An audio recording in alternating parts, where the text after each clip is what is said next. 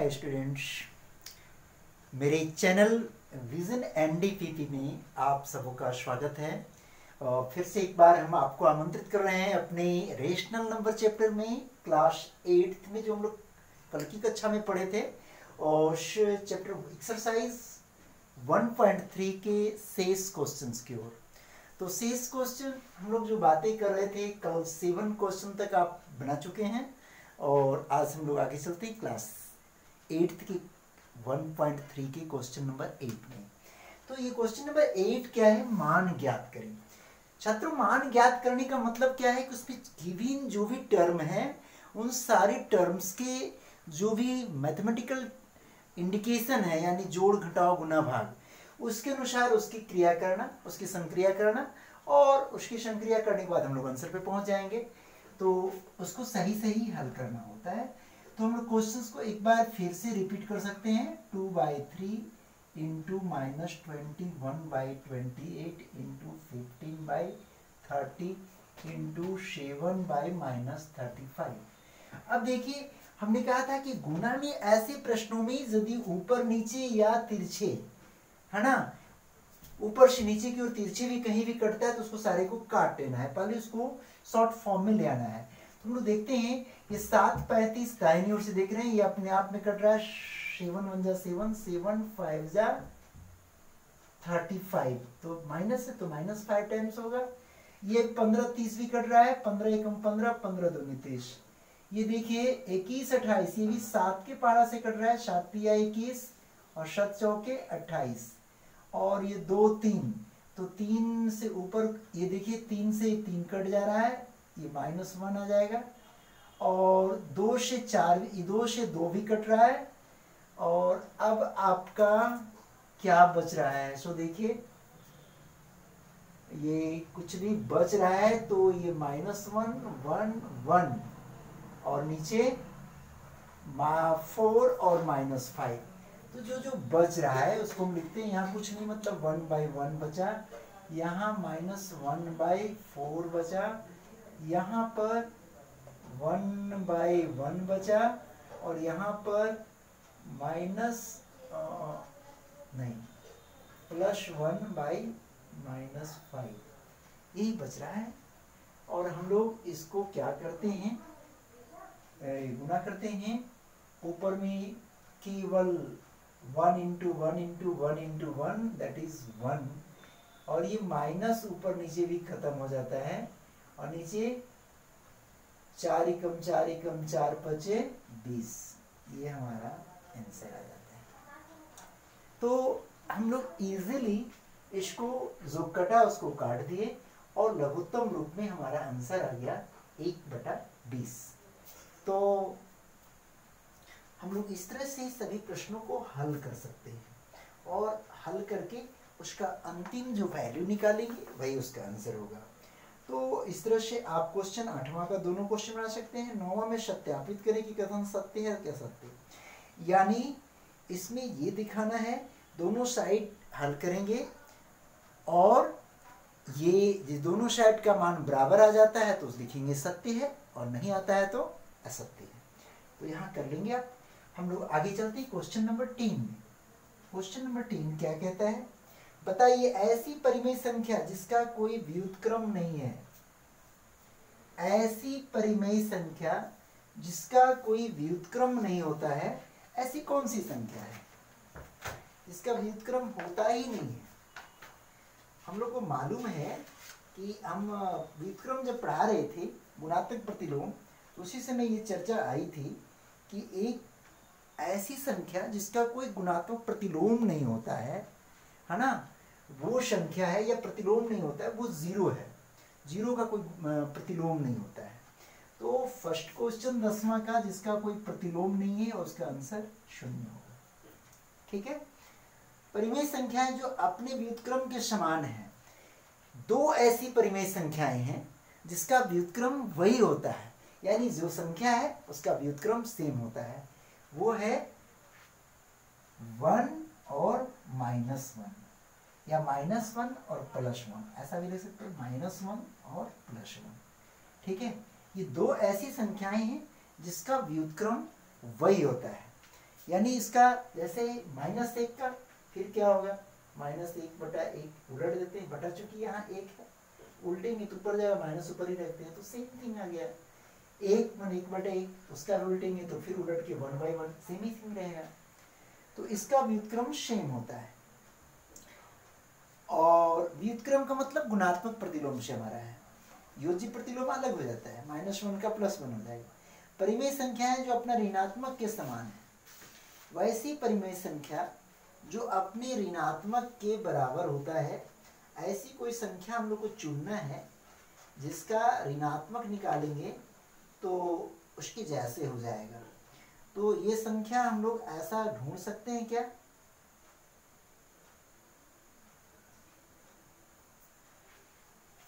तीसरा, ये तो दूसरा था, तीसरा बड़ी इंपॉर्टेंट है। ऐसे ही क्वेश्चन में टिपिकली क्वेश्चन ऑब्जेक्टिव क्वेश्चन है और थोड़ा दिमाग लगाना है। ऐसी कोई संख्या जो अपने ऋणात्मक के समान है, यानी दुनिया में कोई ऐसी संख्या नहीं है जो अपने ऋणात्मक के समान होता है। जैसे 5 -5 के समान नहीं हो सकता है, ये 0 से 5 इकाई बड़ी है, ये 5 इकाई छोटी है, दोनों में 10 का डिफरेंस है, ये नहीं होगा। लेकिन एक संख्या ऐसी है जो अपने ऋणात्मक के बराबर होता है, वो है 0। 0 का ऋणात्मक और धनात्मक कुछ नहीं होता है, या +0 के हैं या -0 के हैं, वो 0 प्लस और माइनस के बीच में स्टैंड करता है, इसलिए अपने ऋणात्मक के भी ये समान माना जाता है, ये 0। तो ये तीसरा आंसर भी 0 होगा। इसी तरह से हम लोग देखते हैं लास्ट क्वेश्चन जी, क्या हम 1 को 0 से भाग कर सकते हैं? कोई भी संख्या को, एक की बात नहीं, 1 को 0 से भाग देने का मतलब 1/0, और 1/0 का मान कितना होगा मालूम है? अनंत। क्योंकि 1 रुपया है, उसका 0 हिस्सेदार, सपोज करिए मेरे टेबल पर 1 रुपया रखा हुआ है और इसको लेने वाला कोई नहीं है, इसका अंत कब होगा? इसका अंत तो होगा ही नहीं, इसी को अनंत कहते हैं, इनफिनिटिव या अपरिभाषित। हाँ, 0 रुपया है और इसका एक हिस्सेदार है, एक डिवाइजर है, तो इसको कुछ नहीं मिलेगा, 0 होगा।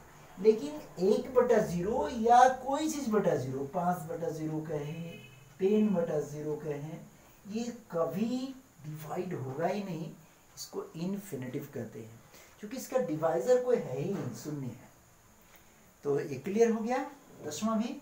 11वां में है रिक्त स्थानों की पूर्ति करें, उसी टाइप का क्वेश्चन है जो 10 अभी हम लोग पढ़े हैं, 10 से संबंधित है 11। वो शक्ति अशक्ति के मान पूछ रहा था, अब है खाली जगहों की पूर्ति करके हमको उसका सही आंसर देना है। छात्रों, तो रिक्त स्थानों की पूर्ति करें, क्वेश्चन नंबर 11 में चलते हैं। रिक्त स्थानों की पूर्ति, रिक्त स्थानों की पूर्ति करें। गणित मेरे साथ पढ़ने में आप सबको मजा आ रहा होगा, बिल्कुल मस्ती से झूमते हुए हम लोग गणित को आनंददायी सब्जेक्ट के रूप में लेकर पढ़ेंगे, और बोझिल होकर कभी नहीं पढ़ना, और इतना बढ़िया से इसको समझना है कि गणित एकदम आपको आनंदित करे, और बेटर आप बार बार गणित की ओर झुकाव आपका हो, हर विषय को छोड़कर गणित पढ़ने की अभिरुचि जगे, ऐसा पॉजिटिव भाव से गणित को मज़े में पढ़ना है। तो 11वां क्वेश्चन का फर्स्ट है, 0 का व्युत्क्रम। अभी हम लोग बताए थे, देखे थे, 0 का कोई व्युत्क्रम नहीं होता है, 0 अपने ऋणात्मक के भी समान है। ये सब क्वेश्चन फिर रिपीट हो रहा है। तो 0 का व्युत्क्रम क्या है? नहीं है। दूसरा देखें, संख्याएं खाली जगह और खाली जगह स्वयं के व्युत्क्रम है। दो संख्याएं मैंने बताया था, वो दोनों संख्या अपने ही व्युत्क्रम के समान है, और आपको याद है, यस, -1 एंड +1, ये कौन है? अपने ही व्युत्क्रम के समान है। और उसी तरह से आगे बढ़ते हैं, कोई भी क्वेश्चन को ले लें, किसी धनात्मक परिमेय संख्या का व्युत्क्रम, किसी भी धनात्मक का व्युत्क्रम क्या होगा? जैसे 5 धनात्मक है, कुछ मतलब प्लस है, इसका व्युत्क्रम क्या होगा? 1/5, यानी धनात्मक का व्युत्क्रम धनात्मक ही होता है। तो यहाँ क्या भरेंगे? क्वेश्चन नंबर ई में था हम लोग, ये बी ए ऐसा चल रहे हैं, तो ई में धनात्मक का व्युत्क्रम धनात्मक ही होगा, धनात्मक करेंगे। इसी तरह से 1/x, x बराबर नहीं है 0 का व्युत्क्रम, बहुत ही टेक्निकल क्वेश्चन जी, 1/x where x is not equal to 0 का व्युत्क्रम क्या होगा? जल्दी बताइए, आप लोग भी सोचिए, शायद आप लोग आंसर तक पहुंच चुके होंगे। 1/x का व्युत्क्रम यदि x का मान 0 के बराबर नहीं है, 0 जैसे होगा ये तो अपरिभाषित हो जाएगा, उलट जाएगा x/1 यानी x क्या होगा, बटा 1 लिखते नहीं है इसीलिए x का एक ही हिस्सेदार तो x ही रहेगा, तो x हो जाएगा। और इसके बाद हम लोग क्वेश्चन नंबर 12 में चलते हैं। 11 बन जाएगा, 10 बन जाएगा आसानी से। एक तो आंसर पूछ रहा था ऑब्जेक्टिव, एक एक नंबर का क्वेश्चन, और दूसरा में ये ऑब्जेक्टिव क्वेश्चन था जिसमें रिक्त स्थानों की पूर्ति, फिल अप द ब्लैंक्स था। 12 में भी उत्तर देना है। क्वेश्चन नंबर 12 का ए क्वेश्चन है क्या -1 पूर्णांक 1/8 का गुणात्मक प्रतिलोम 8/9 है, का गुणात्मक प्रतिलोम 8/9 है, ये पूछता है। क्यों अथवा क्यों नहीं, कारण भी देना है। इसको पूर्णांक तोड़िए, 8 एकम 8 -8 और 1 कितना हो जाएगा, -8 और 1, -8 में 1 जोड़ेंगे तो 7 आएगा, ठीक है, -7 बटा 8। पूर्णांक को तोड़िए फिर से, 8 एकम 8 -8, ठीक है, और इसमें ये प्लस होता है तो ये प्लस, जैसे 2 पूर्णांक 3/5, तो क्या करते हैं 5 दूनी 10, 3 13/5। उसी तरह से 8 एकम 8 माइनस हुआ और उससे प्लस 1, तो -8 में +1, माइनस प्लस माइनस, तो -7 बचा, और बटा में 8। अब देखिए 7/8 का गुणात्मक प्रतिलोम क्या होता है, यश बताइए आप लोग। ये होगा 8/7,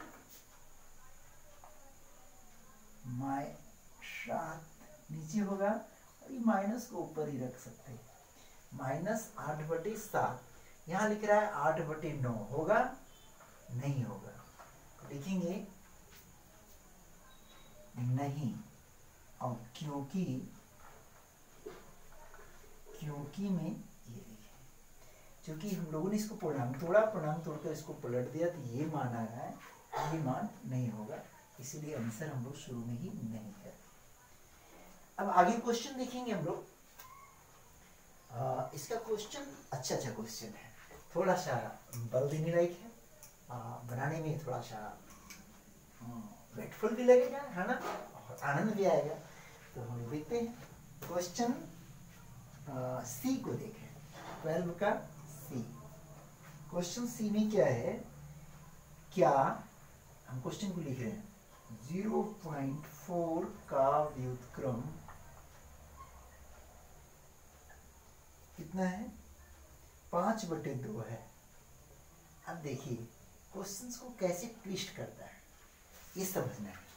ट्विस्टिंग क्वेश्चन ऐसा ही कहते हैं, एक साइड डेसिमल में दे दिया मान, दूसरे साइड दे दिया रेशनल में दे दिया, तो डेसिमल को भी हम लोग रेशनल में यानी बटे में कन्वर्ट कर लेंगे तो ज्यादा अच्छा है। तो इसको देखिए, जैसे ही हटाते हैं दशमलव तो क्या हो जाएगा इसका मान, दशमलव के बदले में 1 और 1 अंक है तो 1 0, तो ये क्या हो गया। अब इसको हम लोग काटेंगे तो 2 दूनी 4 और 2 बचे 10। तो अब देखिए ये वास्तव में 0.4 का मतलब हुआ 2/5 का व्युत्क्रम, व्युत्क्रम मतलब गुणात्मक प्रतिलोम क्या होगा, उलट जाता है, तो 5/2 है, सत्य। क्या लिखेंगे, सत्य है। हाँ। तो इसी तरह से एक क्वेश्चन है एफ, 0/2 का व्युत्क्रम क्या होगा। एफ में देखिए 0/2 का व्युत्क्रम क्या होगा? बड़ी आसानी से इसको समझ सकते हैं हम लोग। 0/2 का मतलब क्या हुआ? 0/2 का मतलब 0, और 0 का व्युत्क्रम क्या होता है? 0 का व्युत्क्रम मालूम है, भी कई क्वेश्चन में देखिए कि 0 एक ऐसी संख्या है जिसका व्युत्क्रम सेम होता है, यानी 0 क्या होगा? 0। तो ये आंसर होगा। इस तरह से हम लोगों ने इसको पूरी 12 तक के क्वेश्चंस को आज हम लोगों ने समाप्त किया है, और हम लोग अब एक्सरसाइज परिमेय संख्या का 1.3 समाप्त करने वाले हैं। और समाप्त करने के बाद एक चैप्टर और रह जाएगा हमारा 1.4, जिसमें हम लोग नंबर लाइन पर परिमेय संख्याओं को देखेंगे। तो हम लोग थोड़ा सा रिव्यू करते हैं आज के तथ्यों को, आज जो हम लोगों ने पढ़ा, और फिर हम लोग आज के अभी देखेंगे कि क्या काम हम लोग घर पर कर सकते हैं। तो रिव्यू हम लोग करेंगे आज। पुनः एक बार मैं रिव्यू में बताता हूँ आपको कि हम लोग फिर से रेशनल नंबर को, जैसा कि मैं पिछली कक्षा में बताया था, तो रेशनल नंबर को फिर से हम देख जाएंगे, उसकी परिभाषा को देख जाएंगे, एग्जाम्पल्स को देख जाएंगे। फिर इसकी संक्रिया चल रहे थे, हम लोग ने गुणा भाग आदि क्रिया कर रहे थे, जोड़ के काम कर रहे थे। तो ये सारा चीज करना हम लोग सीख चुके हैं। तो इसी क्रम में हम लोगों ने आज इस चैप्टर्स के या इसके पहले के चैप्टर्स यानी 1.1, 1.1, 1.2 और 1.3 इन तीनों के बेसिस पे जो ऑब्जेक्टिव क्वेश्चंस आ रहे थे वो क्वेश्चन नंबर 10, 11 और 12 में आया। तो 10, 11, 12 हम लोग आसानी से तब बना सकते हैं जब पूरा हमारा रेशनल नंबर का कॉन्सेप्ट हमारे पास होगा, और साथ ही साथ 1, 1, 1, 2 और 1, 3 पढ़ चुके हैं, भली भांति समझ चुके हैं, इसके क्वेश्चंस को हल कर चुके हैं। तो ये क्वेश्चन नंबर 10, 11 और 12 इजी वे में बन जाएगा। तो हम लोग इसको जैसे ही बना लेते हैं, हमारा चैप्टर समाप्त होता है। तो हम लोग आज होमवर्क में क्या करेंगे? आज होमवर्क में क्यों नहीं हम लोग एक्सरसाइज 1.3 का क्वेश्चन नंबर 8 to 12 फिनिश कर लें, और फ्रेश एंड फेयर कॉपी में अपनी इस चैनल से पढ़ी गई बातों को आप तैयार करते जाएं। और चैनल को आपको मालूम है कि मेरा चैनल है विजन NDVP। तो इस विजन NDVP को आप रोज देख रहे हैं, बढ़िया से देखें, समझें और इसका लाभ उठाएं। साथ ही साथ इस चैनल को लाइक, सब्सक्राइब अवश्य करें, जरूरत हो तो आप शेयर करें। Yes, thank you.